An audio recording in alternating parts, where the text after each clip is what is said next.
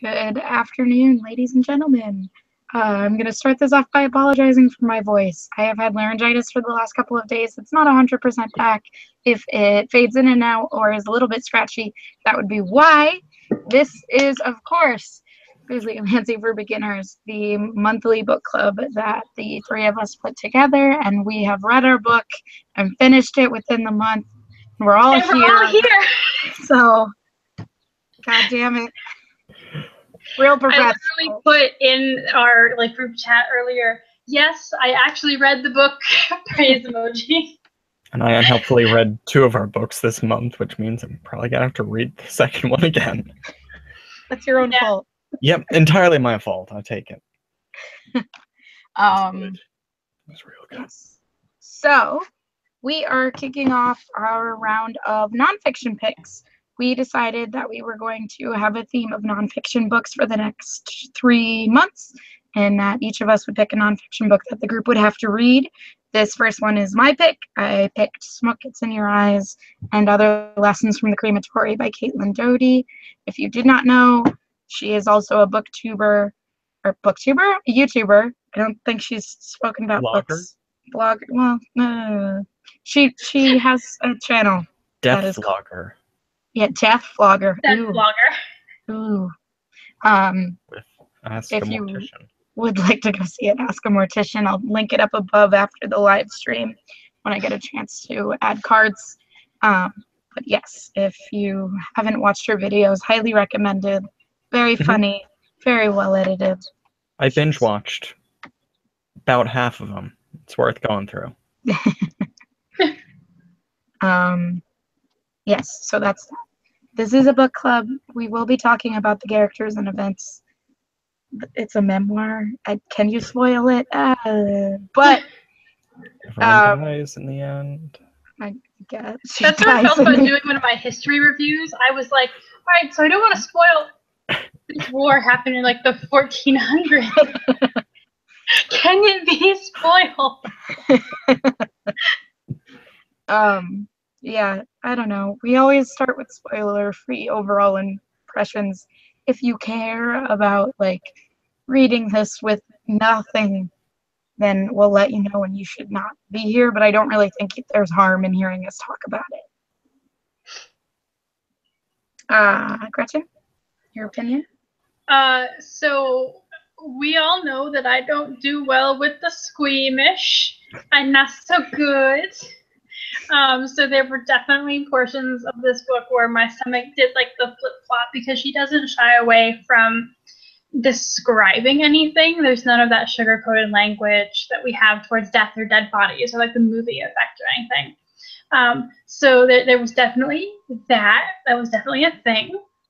But other than that, I really enjoyed it. I thought that it was very well researched, and a nice blend of the research, but also the memoir aspect of the book. And I'll have more to say about how I felt about the balance, because at times I didn't feel that it was quite as balanced as it could have been. And also at times it felt way more like a manifesto than a book. I don't have any issues with the thing that she said, but I do take issue to being told that this is how I should think.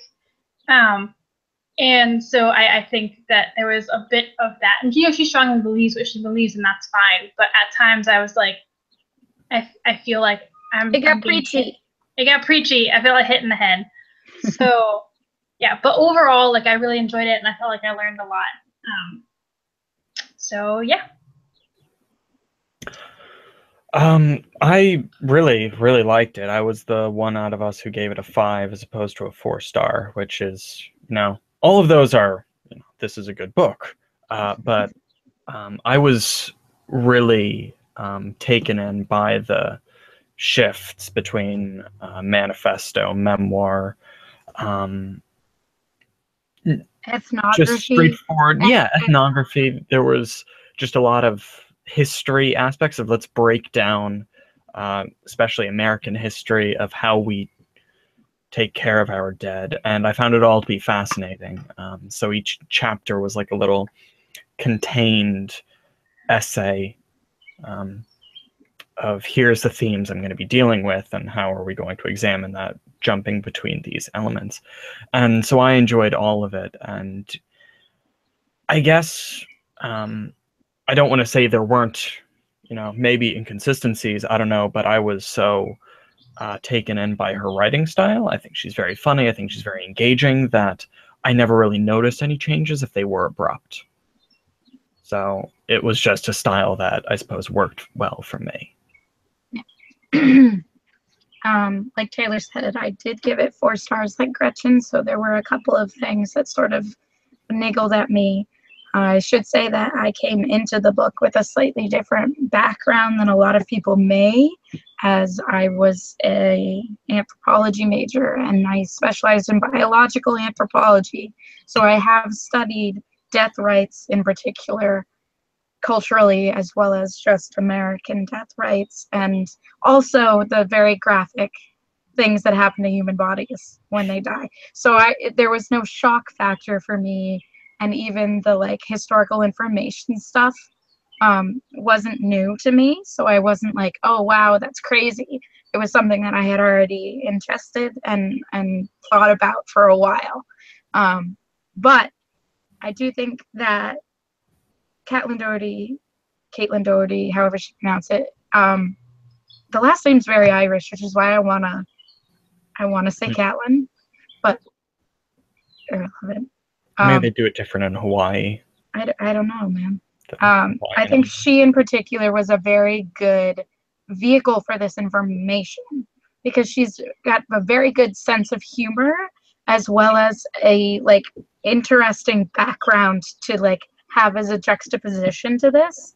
Somebody who literally was born and raised in Hawaii, which is like for Americans such a like vacation height of your life type place, choosing instead to live her life literally amongst dead bodies is such an interesting contrast to me. And when you put those two things forward, it makes you sort of appreciate her viewpoint a little bit more. Somebody else talk, because it hurts me. She knows very well about covering up the reality of a thing or a place with this perspective that's accepted by the popular masses, because it's easier than to think about how tourist economies are actually very harmful in some ways, even while they are necessary. We never read the back of the book, so for anybody joining us, I suppose so. Not knowing why we're talking about dead bodies and like being squeezed and stuff like that. Taylor, do you have your copy so that Michaela doesn't have to read it? I would be happy to. By the way, above that is the quote, "demonically funny" from the Oprah magazine. And if and Oprah have said it, it's true. Worth reading. All right, so armed with a degree in medieval history and a flair for the macabre, Caitlin Doughty took a job at a crematory and turned a fascination with death into her life's work.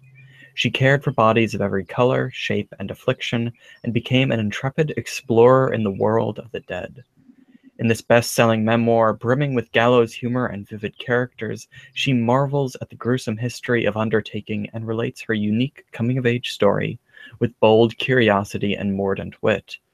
By turns hilarious, dark, and uplifting, Smoke Gets in Your Eyes reveals how the fear of dying warps our society and will make you reconsider how our culture treats the dead. Will make you reconsider, is a quote from the San Francisco Chronicle. Yes. So that's why we're talking about dead bodies. And this is a book about dead bodies. Since when? What? Weird. Huh. It's like crematories in the title. And how embalming is not quite evil, but pretty close to it. So like Michaela said, I don't think you can really spoil a memoir. But if you don't want to hear specific details of the book discussed, you may want to shoo and come back later on if you go ahead and read it. Which, for once, I think all 3 of us recommend. This happens very rarely, by the way. for all three of us to like actually say, yes, read this book, like with or without reservations. Unity rarely happens. Yeah, moving on to the actual book discussion bit. I wanted to.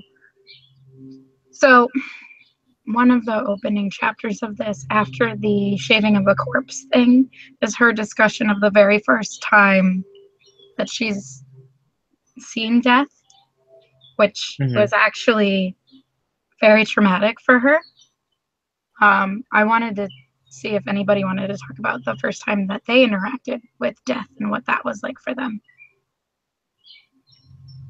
Michaela, can you prompt us with these questions next time before we go live? No. The first time I ever encountered death that I can be aware of, that I remember, is when my dad's dad died, and I was 6 years old. And I don't remember it having any impact on me whatsoever until I saw my dad cry. And I had never seen my father cry before in my life. Up till that point, the thing that I knew was that my grandfather wasn't there.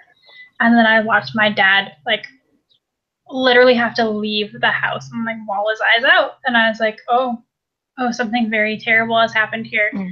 But I had we did have, like, an open casket funeral. And so, like, we did the whole thing. We like went up and put pictures in the coffin and everything, and he was just laying there. And I just remember thinking, this is weird, and people are crying, and like I'm supposed to have emotions, but the only thing that I did do was like that I kept Dieter and Jürgen, my two little brothers, who were not even a year and 4 at the time, like behaving and quiet, because I was able to recognize that they needed to like behave and be quiet, but like I was just like, I don't understand what's happening here. Why is he asleep in a coffin? And like, yeah, weird. Yeah, that's fair. That was the first time for me. I have experienced a lot of familial deaths. I think the very first one was my little grandpa, which is my grandfather's father, so my great grandpa. And I was in 3rd grade, so 7, 8, whatever, about there. He had been slowly deteriorating up until that point. He had been in a nursing home for the last couple of years of his life, and his like mental state had been deteriorating. Like I have like vivid memories of 1, hating going to the nursing home because it smelled really gross, and 2, him thinking I was a little boy and me being like, no, confused, because I had short hair at the time. I had cut my hair in like a pixie cut, which when you're a prepubescent girl and you don't wear dresses or skirts or pink, can, I guess, have you come across as looking like a little boy. And he didn't recognize me as being related to him because he like actually didn't remember who I was. But that was like the first experience of death. I can't remember that funeral at all.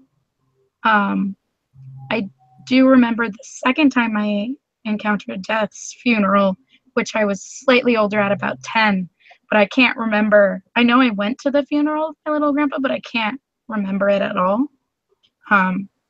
So I don't think it affected me. And again, because my family, I guess, had the time to sort of deal with the like long, slow deterioration, everybody was kind of like, yeah, okay, this happened. But then again, I've had like a lot of grandparents, and most of them are dead now. So I had a great grandfather, a great grandmother, a grandmother, no, 2 grandmothers and a grandfather. And I still have 1 grandmother and 2 grandfathers left. But when that many people have died, and there have been open caskets, closed caskets, cremations, I think, in all of them. So I've had like a pretty good span. Well, I don't have an interesting answer to this, so let's keep moving. Oh, Taylor. Not even a dead cat? Like dead bunny? Oh yeah, but not an interesting answer. Oh, That's fair, I guess. My brothers and I went through a period of like so many lizards, these tiny little lizards. We just had to keep buying them because their lifespans were like nothing. That was weird. Like, oh, it was just like, oh no, they died. And then by like the third point, my cup did again. God dang it. Yeah. Bad at your lizard keeping. Yeah. Yeah. That's fair. I was also that little kid. Like, I brought home the jawbone of either like a small dog or cat and cleaned it off with my toothbrush before my mom knew what I was doing, and she was like horrified at this, and I was like, look Mom, I cleaned it off, I found this bone. Like that kid. Not as terrified / obsessed as Caitlin is in this book, but at the same time I was a very like death oriented kid. Mm-hmm. I think that was a really, I don't want to say an interesting pick of something, because obviously this is an event in her life. You can't really like choose a different traumatic early life event. You don't get to swap those out, but I thought that was such a fascinating and chilling moment. It was very visceral, Yeah. the way that she described it. This child just falling from the second story of a mall and landing. Like that, I feel like I've been like kicked in the teeth, because like I am one of those people who I like, if I can imagine something going wrong at any possible moment, I will. And so like I'm very like cognizant of like when I am like leaning over railings or like watching people leaning over railings or even going up escalators, like, oh my God, somebody could die right now. And like, because I'm always like imagining whatever could go wrong will happen. And so like when she was like, yeah, I actually watched that happen, I was like, it doesn't happen just in movies. I was right to fear this all along. It does happen. It's real. So how do we feel about her, I guess, general approach to bodies, like the human corpse in this book? Because I feel like that kind of feeds into it. Okay. Yeah, because it does very much develop her philosophy towards them. And we see, yes, sure, there's squeamishness, and she gets very businesslike later. There's respect, but it's also just like kind of formal, dealing with corpse stuff. But what were your guys' feelings on that? Oh gosh. Okay, for me in particular, again, because I have studied this and have seen the graphic pictures and have touched actual human remains and had to do similar things, and like I had to reconstruct an infant skull. Like I've done that. That's a thing that I've done, and a lot of people, especially women, say they could never do that because it's a baby that didn't live, right?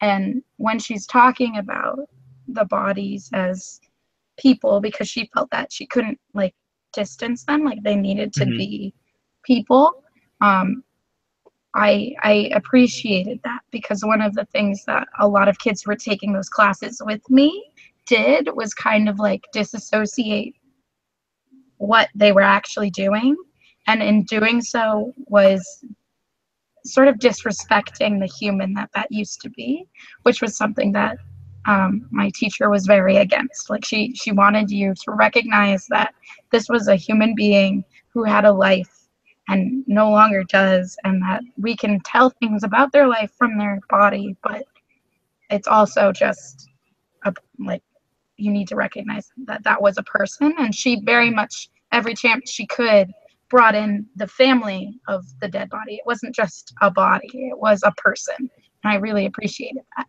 So you're saying anthropologists don't gleefully desecrate graves? No. Or they're just not supposed to? I don't think we ever desecrate graves, full stop. I was making light of that because, you know, archaeology is, in a sense, a desecration of a resting place, depending on who you're talking to. Okay, so the dead infants that I was working with, if we were not working with them, would have been dug up, ground into dust, and made into a parking lot by the University of Buffalo, SUNY Buffalo. So, no. Well, the grinding up is a natural part of the cremation process. That was actually something I found really interesting, because I hadn't really learned about cremation before. So the idea of the returned remains not being really ash, as many people, I understand, think of them as.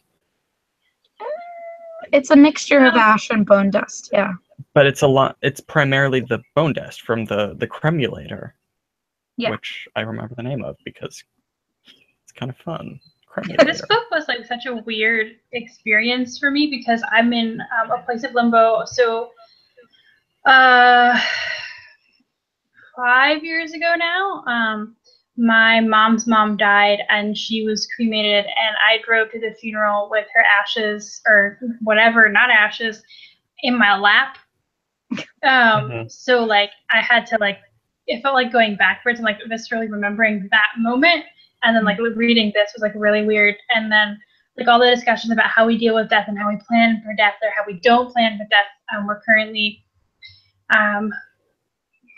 not, I guess, planning for the eventual death of my dad's mom currently, and it's like a real big topic of issue with my family right now, and something that we're thinking about and which is important for the good death that we it is, but it's just like I also felt during a certain part of this book that I started to disassociate just because it was like just a weird time for me to be reading it, in the way that like certain books at certain times just like tug the wrong heartstrings.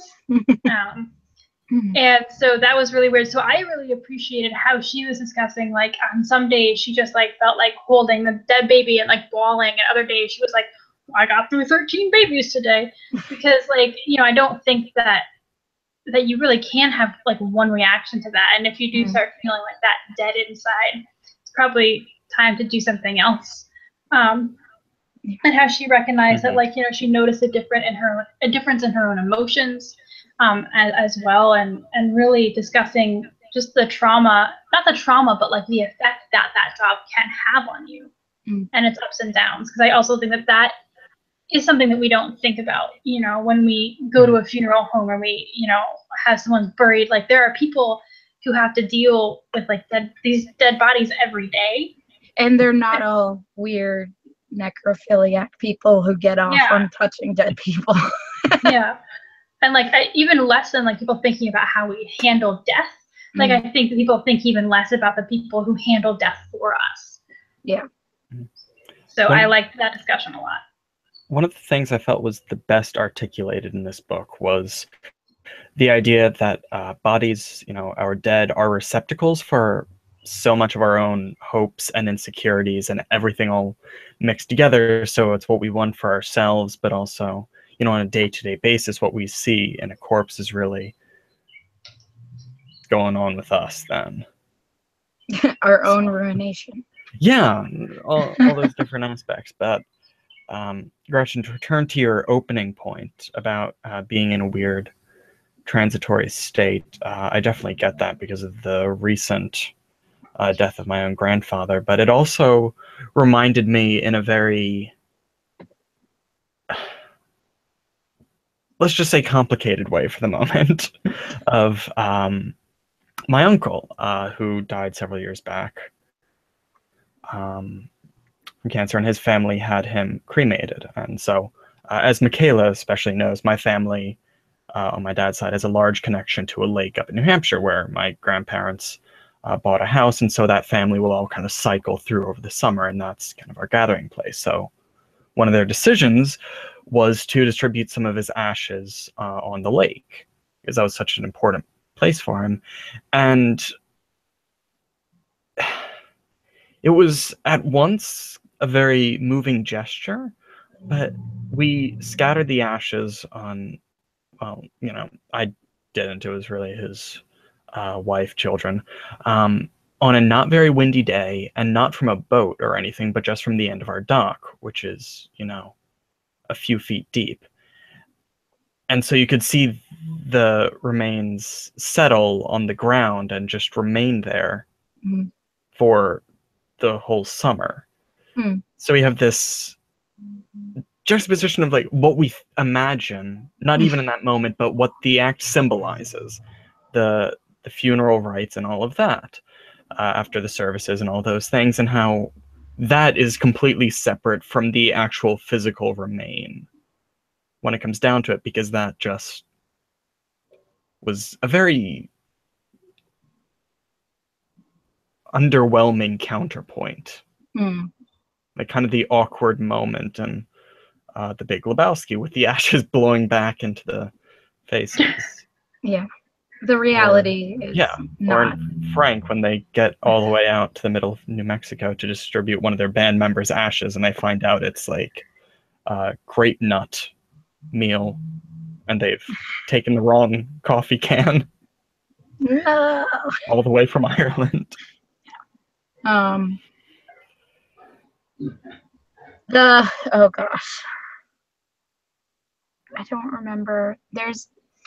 There was a controversy, I want to say in Florida, with a crematory, early 2000s, where it was found that the guy that was operating the crematory was returning like cement dust instead of people's ashes, and instead had just like all of these people's relatives' dead bodies just around his property, like piled up. Caitlin actually discusses that in one of her videos. Does she? Yes, she goes into it, and how he had continued cremating bodies, but there were still like 200 scattered across the property. Just certain and like ones. buildings and sheds. And the guy never gave an explanation, but it's very much likely linked to mental illness, because it wasn't just like negligence, but it was Michaela, go on with that one. I didn't know she did a video on that, so I might go watch that afterwards to hear what she has to say about it. But it was a thing that in our country sort of awakened people's eyes to the fact that we actually entrust our dead into these people we don't know, and like hope that we get them back in like a whatever form we asked of them, whether it's to a mortician to embalm and get back in that way, or to a crematory to cremate and bring back our people. And she has a very big problem with this, of handing over your loved ones, outsourcing our death. She talks about that a lot in here, and I think that's the thing, Gretchen, you said got pretty heavy-handed at times. Well, and I think it's less. So this kind of goes hand in hand with another point too, like specifically about the book, because I mean, I was about to say I didn't have a choice in reading this book. You picked it, and so it was the book that we were going to read, and when I picked it up, so I bought the book and I read the back of it, and I was like, oh, this really sounds like a memoir. And so obviously there is a component to memoir of learning, memoir. But I, especially in the middle, it felt like there are very few specific scenes or moments that I can remember from her actual life that are described, unless they were potentially used like an anecdote at the beginning to talk about something larger. And not that that's wrong. There's no right or wrong way to write a memoir, but it was more scholarly research and opinion rather than like stories or scenes from her life than I expected. And again, like I did rate it 4 stars on Goodreads, so it wasn't like a total sinking point for the book, but because especially towards the end, it got into her being like, and I feel that death should be this way, and I feel that death should be this way, and we shouldn't be doing this, and like funeral industry this. Again, not that she's wrong per se, but it just started to feel like there wasn't any room in her mind for a debate. She was the sole person standing up and saying, I remember a line like, to this day, the National Funerary Association, whatever, like doesn't know what to do with me.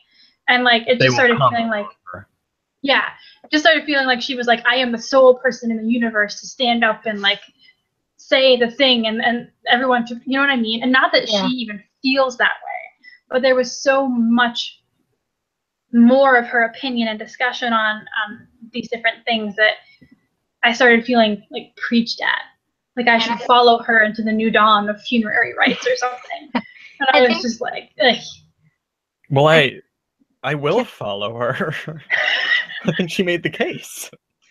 I want to talk about her a little bit, and that I think that was what she realized and really took away from, and she got a little heavy-handed in trying to impart that on the reader, who isn't going to have that experience by and large. They're not going to get up close and personal with dead bodies. And if nobody tells you that it's an option, and in fact, a lot of people are misinforming you and telling you that it is not an option, that it's harmful. And so she's trying to say, and in a way is screaming from her soapbox, you can take death into your own hands. If you want to have your loved one in your home, you can do that. It's not unsafe. It's not going to hurt you. It's not going to hurt them.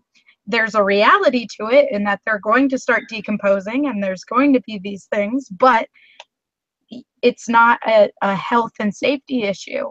And a lot of us either have become complacent to, or just never knew that there were other options outside of being embalmed or being cremated. Those are like the two options you have, and that's all that we know. Because even in all of the, literally all of the funerals I've gone to for families, those are the two options. Like, that's it. It's an open casket if they were like basically snatched up quick enough that they didn't start decaying. Closed casket if the way that they died was incredibly graphic, or they were left, or whatever it is. Or cremated if either for the money issue, that death is so expensive and caskets are so expensive and like all of that. So you get cremated and have an urn, which is less expensive but still expensive. And she's very much trying to say that there is another option, and that I have a random question for you. Okay. Because I didn't get this book out of Barnes and Noble. Where do we shelve it? Self-help, death, and grieving. Personal That growth is, like, and development. Yeah. That is the wrong place to have it.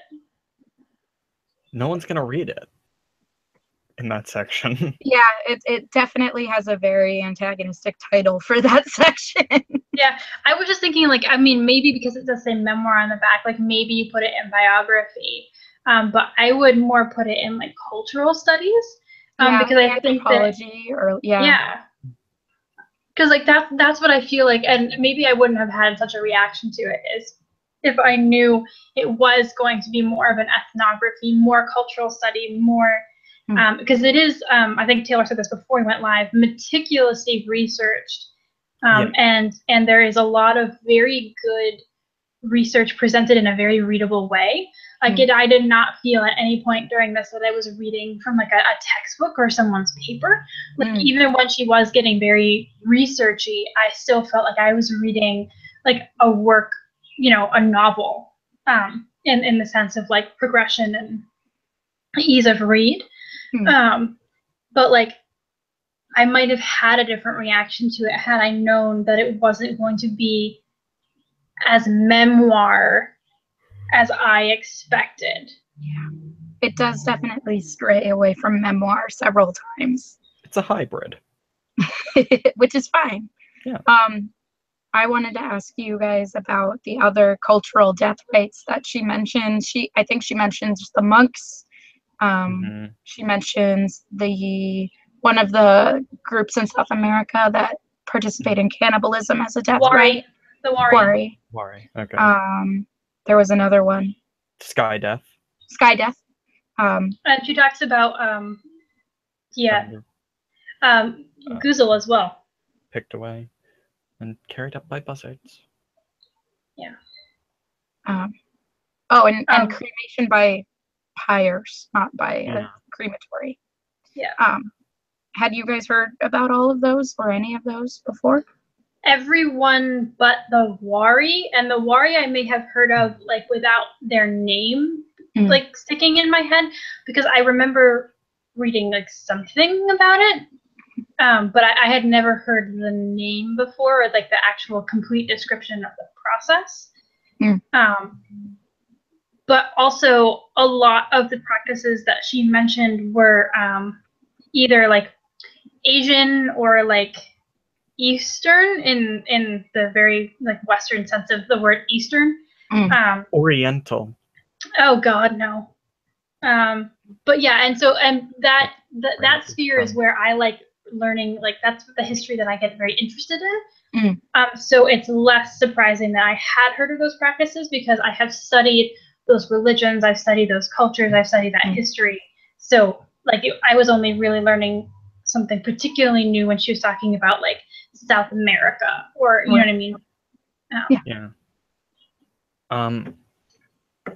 I'd heard about, I think, most, if not all of them, at least a little bit, but never in like with such detail, order, and like context, and moreover without like impartiality, if not compassion. And so I found the descriptions to be really rewarding and engaging for that reason. Yeah, I think you said something really important, which is like the context of how the information was presented too. Because like she does a really good job of giving us a reference point that we recognize and then going into something that we might not recognize or might need to think about. And every chapter is kind of built like that. Starts in the place that, or in the practice, or in a very personal story that you can like very easily relate to, or at least like, you know what I mean, know of, and then moves into like this new thing or this discussion on said topic. And I think that you're right. Hearing about these practices within the context of something, in the context she gives, made it even more powerful and able to wrap your mind around. Yeah, because South American cannibalism is a well-examined trope in its many variations, and they're all very sinister and barbaric, and they find missionaries and they carrots and nothing else. Wow. I guess soup too. Like they make a broth. It doesn't matter. So I think actually breaking down why this is such an important thing for the people and how it works, like especially with worry, because it's not about like even consuming the meat. It's not like a fun practice. No. There's decay and they frequently go away to vomit. Like that's not the important part of it. Yeah. It's getting rid of the remains. That's the important part. In a way that is respectful for them, respectful. Yeah. And so that's why I really appreciated, as throughout the book, how detailed her research is. Yeah, I did appreciate that the way that she presented it wasn't sensationalist. Like you said, like, look at these weird people around the world doing all of these weird, different things that are different from us. And that she is just, she's putting it forward as an alternative, not as, like, a spectacle. But with the exception of the Wari, a lot of the ones that she mentioned, I felt that she didn't go into as much detail in. So I have more knowledge about those things and have like watched documentaries and listened to firsthand accounts of like the guy whose job it is to chop up these Buddhist monks' bodies to get them ready for the sky burial, because the vultures won't take the whole body, so they need to chop it up, and how traumatic it is, because he's a farmer most of the year, but the Buddhists can't do it because they're pacifists. Like, they have to go to somebody else and ask for help. And I mean, with the size of this book too, it's not a long book. I finished it in 2 sittings. Yeah. And so I think this book wants you to explore more on your own. And so I think in terms of like not going into as much detail too, I think that there are enough tidbits and like, again, that context that makes you consider how it relates to you, as opposed to just like, here is a study on this culture and this thing that they do. Yeah, I wasn't. Like, no, I just think that like there are books that like present new information to you and you're like, okay, I have no interest in learning anything more about this topic. Right. Moving on. And I think that this, maybe not all of it, but like I feel like there are parts of it now where I would maybe go and seek more information on my own. Which is not always a given. I think the thing that I was trying to say and didn't quite get to was that I felt that it was a bit lopsided in that way. Like she put a lot of information in some spots and not as much in others.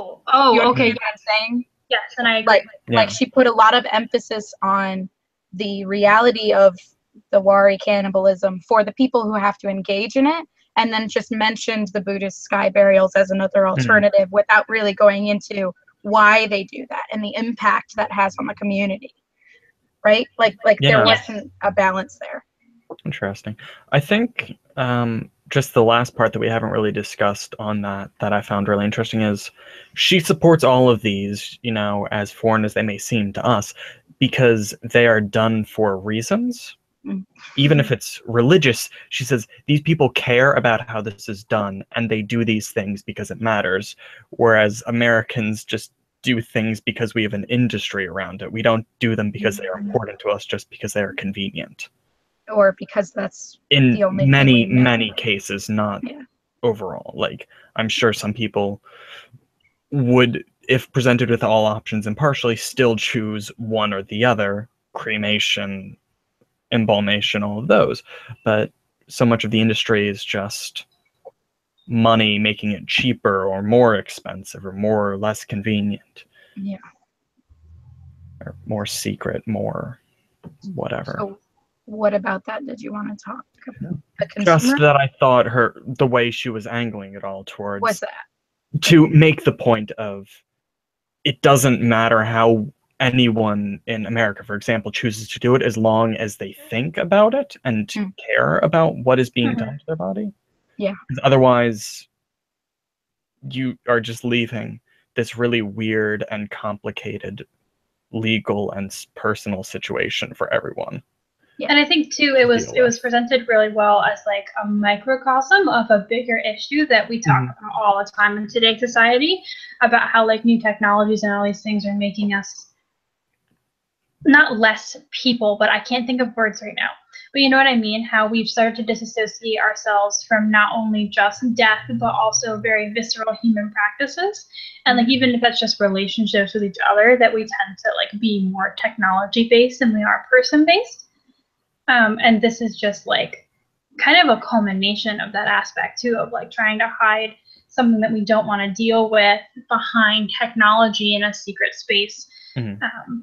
Disease, mental health, death. Anything negative is pushed behind a curtain. Yeah. So, I mean, and maybe, I don't know, maybe I got that sense really well from this book because it's something that I think about often, and especially like in context of this book. But I thought that if that is something on your mind, she makes it so clear how this is just like one reaction to a larger cultural movement here. That's gonna reach a tipping point soon, especially in the latter half, how she's talking about how aging is like our country, our world is getting a lot older. Yeah. Over 85 is becoming a larger and larger demographic, and it's not something we're planning for. It's literally we're concealing. At Ithaca College, there was a geriatrics program, and the year we all graduated, there was one of my friends was the singular person who graduated from the program, and it was like a big deal to them because like it was basically just her. Like they did her own little party for her and everything because everybody was like really knew her really well because she was the only person graduating that year with a degree in geriatrics. Yeah. Like that's, and again, it's like a college, maybe not where you would go maybe if you were interested in geriatrics per se. But you would think with such a large physical therapy program, it would actually be. Yeah, so it was just that's just like one little example of just like Jesus Christ. And like where I live right now, there are no more young families because they can't afford to live there. So the only people really living in my area are like the older rich people and the people who work for the older rich people who, yes, have children, but like, you know, it's a big second home place. So a lot of people, you know, second homes are usually by people who are retired. That's like a feudalistic social structure. It's not healthy. I actually lived in feudal times. Whoa. Yeah. So, and like, I mean, just Florida. Yeah. Florida. I mean, the other thing to think about, though, is that in the last 100 years, we've extended the human lifespan dramatically. And reliably. Which we don't have a precedent for, really. So sure, people could always make it to 114, but like one every 50 years.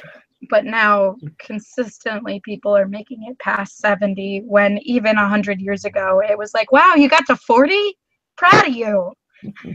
Well, but and I know teeth. Taylor just said like and reliably, but then you go back to the story of like, you know, her tutu, her grandmother, that she was talking about, and how after that fall she really wasn't herself. And I've heard multiple people that I know, like, if I ever like develop Alzheimer's or like, you know, can't walk, like just take me out, man, because I don't want to live like that. But because the very idea that we would, I don't want to say like put someone out of their misery, but like, I mean, like we do with animals. It's a legal issue that actually is a huge thing, because there are doctors who believe that DNRs are important, and if a person has signed a do not resuscitate, then even if their family comes in and says, no, they're not, like they're brain dead, but they're not dead, you can't just unplug them. And they're like, no, they actually want me to, in effect, pull the plug and kill them because they've asked me to. And that becomes a legal issue where somebody's like, this doctor killed this person. And it's like, no, they were legally brain dead. And part of this and her whole idea, this running theme of finding like your good death, is about defining a good life for you. And there is a distinction that she draws between like being able to live for a certain amount of time versus being able to like have life. Yeah. And there's a distinction that we are not allowed to make in medicine, you know, where it's like you keep them alive whether or not they want that life as it is. Yeah. And that's still a huge issue, but well, and like it's so weird because we're so not comfortable. Like it's a really big deal for people who have to like put down their pets, for example. But like it's such a feeling that like if they are in pain or like can't function, then a lot of the time like that is the step you have to take. But if like again, like Michaela just said, like no, they're brain dead, but they're not dead, so you can't unplug them. Like it's, what if they wake up? They're not gonna wake up. That's just not how it works. Yeah. But then a lot of people don't have DNRs or don't know that that's an option for them, and then legally the hospital can't do anything about it, even if that's what they would have wanted if they've mentioned it to a family member and said, you know, if I'm ever in that state. But they don't have the legal documents in place for that to be placed. It's considered murder or manslaughter. Subject, though not identical. There's even the idea of just being an organ donor, which some people oppose religiously, some because they don't like the idea of someone taking a kidney out of them to give to a living person. What about your eyes, Taylor? What if a living person has your eyes? Skin grafts are also a thing when you're an organ donor. I read, but could not verify that even with open caskets, that can be a thing where they will remove skin, like up to the cuff. Yeah. I thought that it was really funny how she approached, like, what happens if you donate your body to science? She was like, it's like that. Yes, you may die, and then they donate your body to like people, and then you may cure cancer. Parentheses, results not typical. Like, yeah, I thought that was really. Bust your head out of a plane like a cabbage. If you would like the I don't know why you throw a cabbage out of a plane. The gross reality of donating your body to science, if you just generally donate your body to science, she did mention medical schools using EOS testing. A vast majority of the bodies that get donated in the United States go to actually forensic and biological anthropology programs where they are placed in various situations so that we can record and understand what happens to bodies in death, so that when that same type of body is found in the wild, outside of its natural habitat, yes, its natural habitat, we can know what the like surrounding factors were. Like what happens when we leave a dead body out on the ground in the sunshine and 90-degree weather in the middle of August. And what happens when we take a body and we put it into the wall of a factory and just leave it there for 10 years? And what happens, like, if we put a dead body in a I like that. I like that's examples. That's what happens for some people whose bodies are donated to science, and they're thinking that they're like helping cure cancer, and in a way, they're literally just rotting away, and we're just studying how they cold case with your decompose. 10-year-old corpse.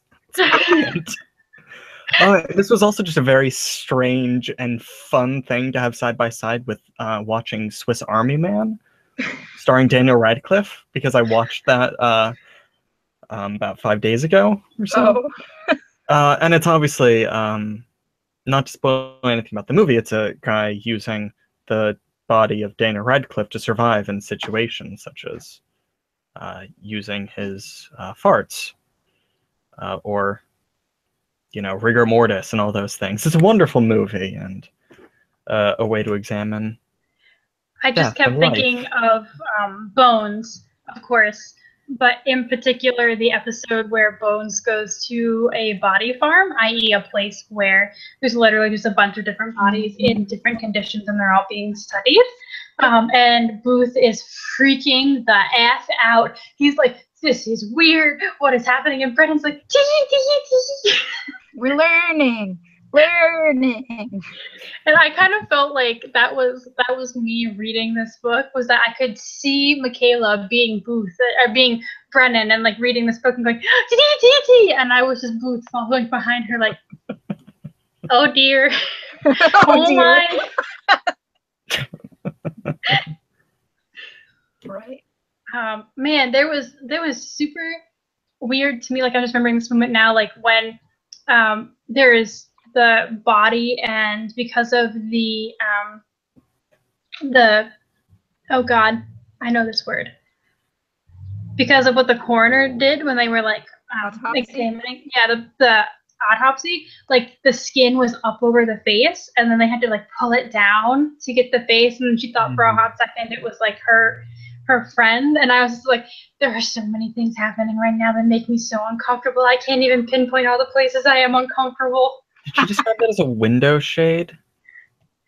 Like one of the roll-up ones? A Roman shade, yeah. The one. Yeah. Perfect. Yeah, there's nothing keeping your face attached to your skull except for the rest of the skin going around. So if you get that sliced, your face can literally fall off. Those taut muscles, just ready to yank. Wow. Beautiful. Anyways, so we're getting close to an hour, friends. So is there something we've kind of talked in very generalistic terms about, like the topics discussed in this book and our own views on them? Is there anything else related to the book in particular that we want to discuss? Memento mori. Wow.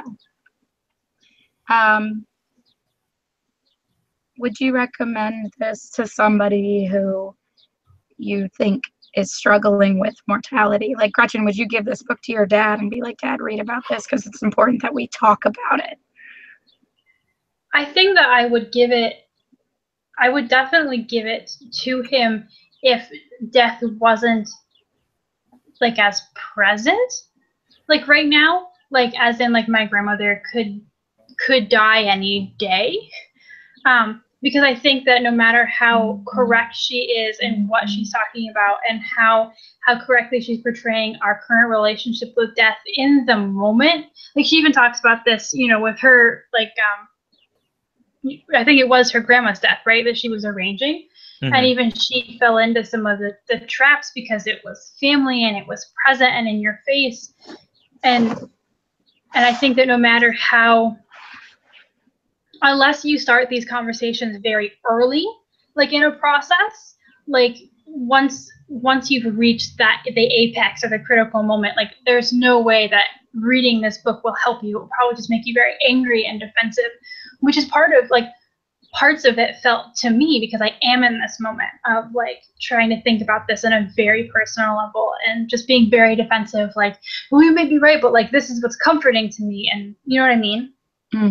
So no, I find the fact that it is shelved in our grieving section to be too little too late, first of all, but also potentially very offensive to somebody in a very torn up emotional state.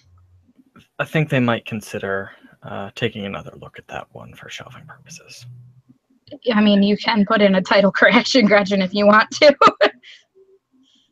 I can't guarantee the Barnes & Nobles will listen to you, because they didn't listen to me when I said that almost adulting should go in 20-somethings, and they kept it in teen.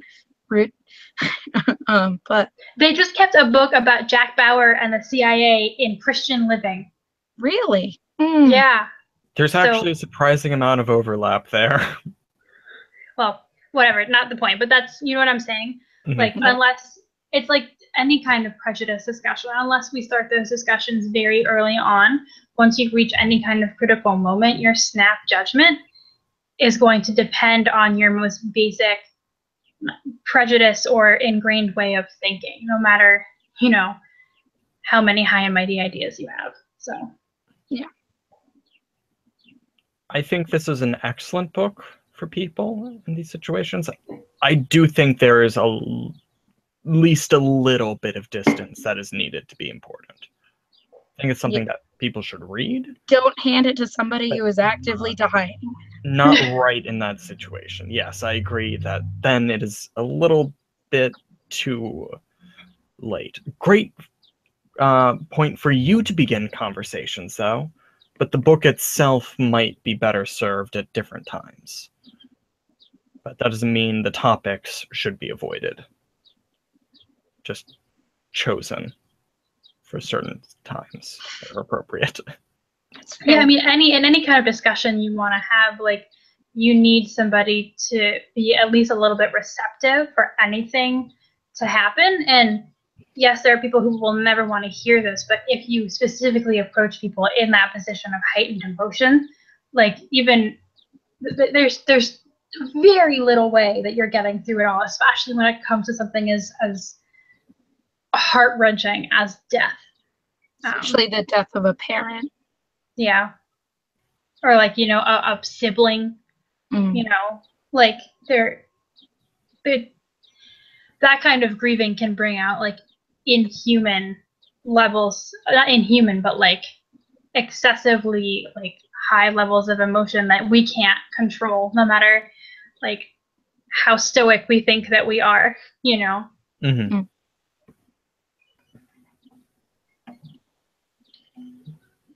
How about you, Michaela? Did you have an opinion? Yeah. I'm not sure that I could give this to somebody like my mom, who is very religious. I don't think she would take this very well. One, because of the humor around it, but also just because the way that we do death would make her probably feel guilty about what happened with her parents if she did feel it was wrong, or it would make her feel defensive on the line of, like, this is my beliefs and this is what I like, my religious beliefs and what I think should be done or shouldn't be done. So I don't think it's right for everyone, but it would be okay for people that are maybe not more open-minded, but more receptive to new ideas or alternative ways of thinking. Because, yeah, I mean, I think it brings it back to the fact that, like, one of my issues was that I did not feel a lot of room open for discussion and, like, to find my own way to some of her points. A lot of it did feel like, you know, this is from my experience, this is how it is, which isn't wrong, because, again, like you said, most of us aren't going to have that experience. But again, if you are approaching someone on the topic and you know that they're exceptionally hard-headed, this kind of, like, well, you're wrong, here's how it really is, will just, it won't open discussion, it will close the discussion. Like, you know what I mean? Yes. Yeah. Okay. That's all I wanted to say. Anybody else have anything they wanted to add? I think I'm good. Gretchen? I'm good. All right, then. I don't know if this has been, like, as book clubby as book club usually is, but I like the discussions we get to have off nonfiction books. Yeah, I agree. It definitely opens up new avenues of discussion. Yeah. Yeah. You're welcome for the death talk. In terms of what we'll be reading next, if you don't want to hear us talk more about death, you won't have to, because you will be reading Stephen King's On Writing, a memoir of the craft. So it's half writing advice and half a memoir by Stephen King. And apparently very aptly timed, because apparently his 70th birthday is like today. So happy birthday. I think it's in September. Isn't it in September? Oh, I just saw something about celebrating the 70th birthday of Stephen King, so it could be today or it could be upcoming. I don't know. I didn't read it. Well, it's definitely Mel Brooks's birthday today on June 28th. I'm pretty sure it's the end of September. That's his birthday. All right, well, whatever. Someone is talking about celebrating his birthday already somewhere on the internet, so whatever. Josh is doing a readathon from August 20-something to September 20-something, where he's recommending people read as much King as they can in celebration of his 70th birthday. All right, well, I trust Michaela because she actually reads Stephen King. But whatever, he's about to turn 70. And I'm really excited. People have seen my I wrote a novel, Now What? Videos on our channel, and you know that I wrote a novel, and I'm now trying to figure out how to properly edit it, and they have not been happening recently because I haven't been writing. But the other day I actually sat down and I wrote like 5 pages, and it was amazing. So I'm really looking forward to reading this book. I'm hopefully using it to help propel me to keep writing. But all 3 of us are all readers and writers, so I'm sure that we will all have very interesting takes and discussions on. Fingers crossed. Yeah. Yes. I think that's all that we have for you guys this month, folks. We will be meeting again, hopefully the last Wednesday of July. It may wiggle a little bit based on work schedules, but that's roughly about when it will be. If you would like to look at what we will be reading in the future, we have also updated the Goodreads group to have our future picks for the months following this round of nonfiction, as well as the nonfiction books, obviously. So hopefully y'all are feeling well. Enjoy your summers. Happy almost 4th of July for those Americans out there. And have if you a good haven't one. read it already, go enjoy the great beach read. The smoke gets in your eyes. Great beach read.